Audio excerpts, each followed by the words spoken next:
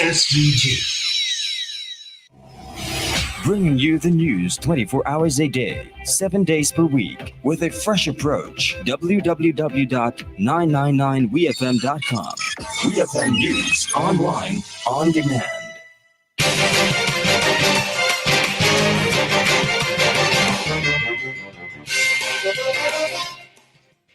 Good afternoon and welcome to WEFM'S Midday News, brought to you with the kind compliments of Court St. Vincent Limited.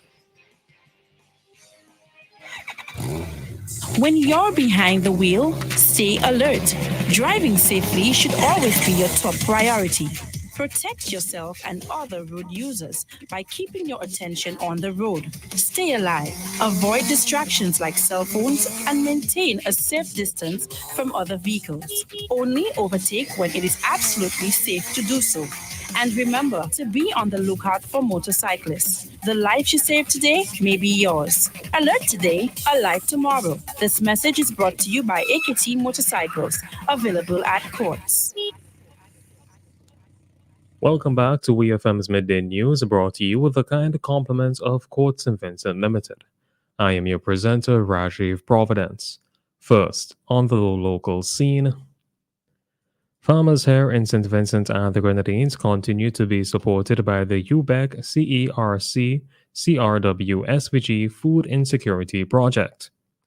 According to the Ministry of Agriculture, 4 poultry beneficiaries, namely Patricia Oliver, Mark Hamlet, Jennifer Isaacs, and Fazia Craig, from the leeward side of the island were visited. The ministry says these individuals expressed the positive impacts they experienced due to the provision of chicks and from the project, which facilitated the expansion of their poultry production. The Food Insecurity Project is jointly executed by the Ministry of Agriculture, Forestry, Fisheries, Rural Transformation, Industry and Labor, and the Economic Planning Division of the Ministry of Finance, Economic Planning and Information Technology.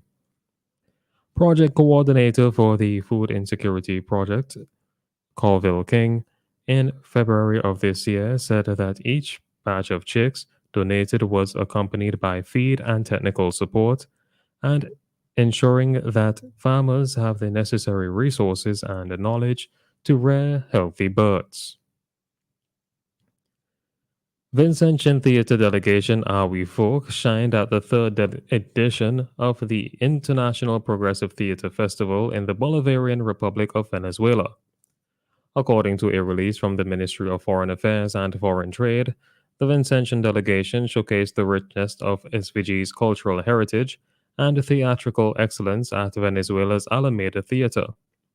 Are We Folk captivated audience with their mesmerizing performances, weaving tales that resonated with universal themes while celebrating the uniqueness of Vincentian traditions. The ministry says that the Are We Folk delegation, through their captivating narratives, soul-stirring music, and vibrant choreography, was able to bring to life the rich tapestry of folklore and heritage that defines the Vincentian identity. The International Progressive Theatre Festival is renowned for celebrating diversity, innovation, and social consciousness in the realm of performing arts, providing a platform to converge and exchange artistic expressions. Still on the local scene, a press conference for the launch of Child Abuse Awareness and Prevention Month's list of activities was held at the Ministry of Foreign Affairs conference room this week. The launch heard remarks from Minister of National Mobilization Aranda Brewster and Permanent Secretary for Social Development, Family, Gender Affairs and Youth, Mrs. Marissa Finch-Burke, in addition to ACP Bailey from the RSVGPF and Ms. Laborde from the Preschool Association. It also saw performances from children of different schools. The Child Development Division within the Ministry of National Mobilization commemorated Child Abuse Awareness and Prevention Month under the theme, Don't Let Abuse Be Your Child's Story, Make a Change, End Child Abuse. On Wednesday, April 3rd, a pre-launch was held with cabinet members to join in solidarity to promote the month of activities and the launch of the Blue Fridays campaign. On to news in the region. A 21-year-old man is now in His Majesty's prison in Antigua on remand for the alleged murder of another youngster. Danaris Josiah is believed to have killed 23-year-old Ricardo Joseph during an altercation on March 30th.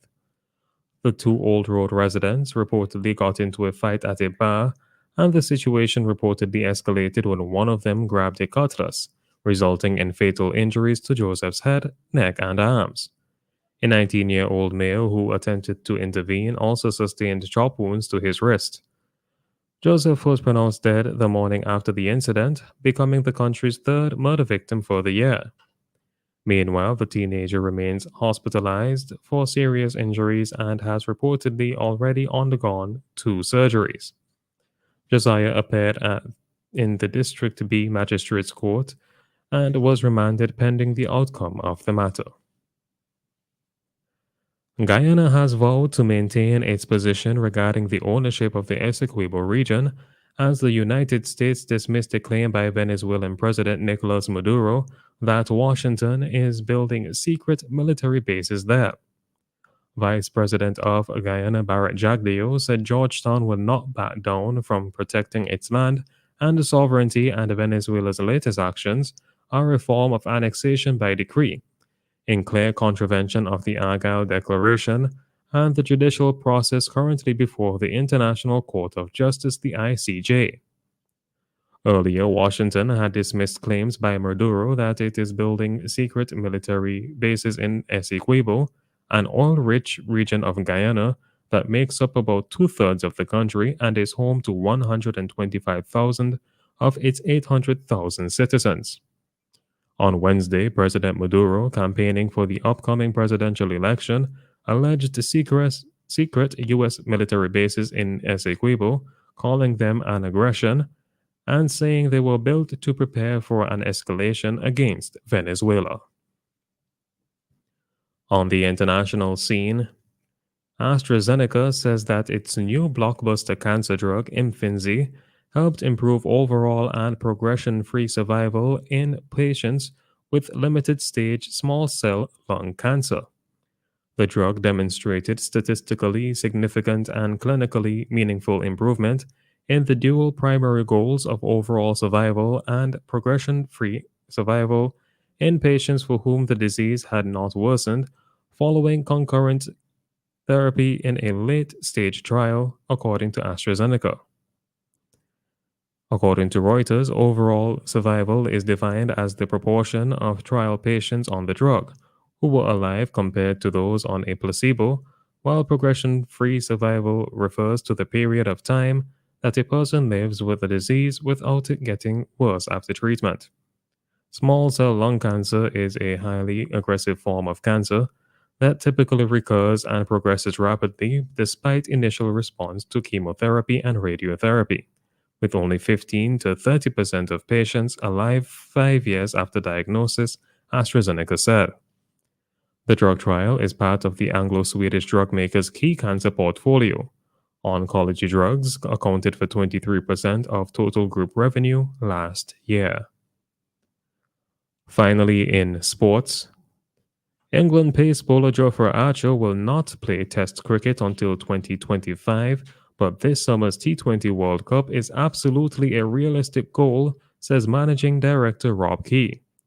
29-year-old Archer has not played for England in any format since March 2023 because of an elbow injury. The T20 World Cup in the West Indies and United States starts on June 1st. Archer bowled the super over when England won the final of the 2019 World Cup against New Zealand. However, his career has been hampered by injuries since, and he has missed the entire home summer last year with a stress fracture in his right elbow. Archer, who signed a 2-year central contract with England in October, has last played a test in February of 2021. This has been WEFM'S Midday News. I have been your presenter, Rajiv Providence. Join us again at 3 o'clock for WEFM's 3 p.m. news. WEFM's Midday News is brought to you with the kind compliments of Court St. Vincent Limited.